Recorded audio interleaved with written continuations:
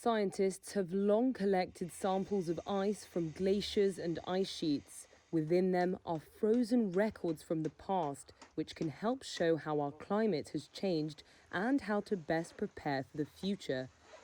The problem is that they're melting at a much faster rate than expected, and scientists are now racing to collect them.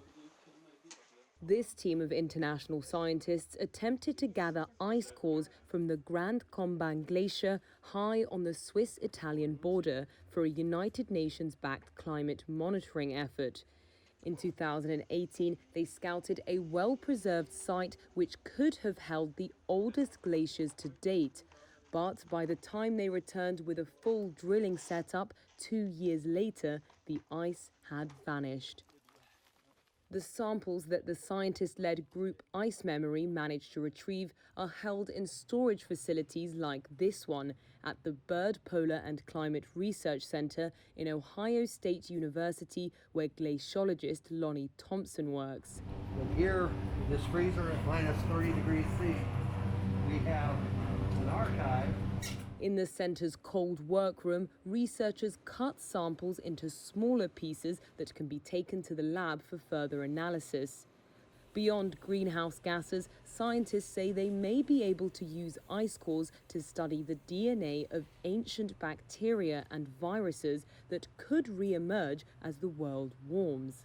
Glaciers and ice cores are probably one of our best archives of our past because they record not only the climate history, things like temperature through the stable isotopes that make up the water of the ice.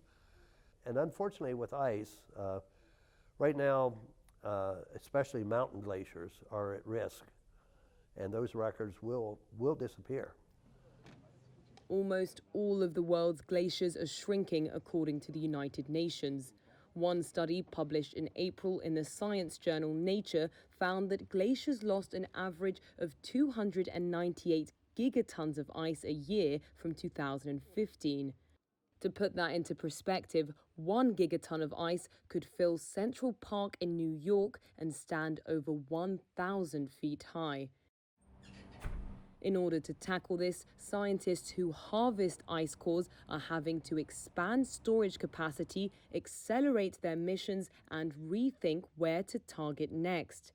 Some say they're running out of time, and in other cases, it's already too late. Well, it's become a real challenge to find those places where you have a largely unaltered history preserved in the ice. So a lot of the sites that we drilled earlier in my career, the glaciers are now gone.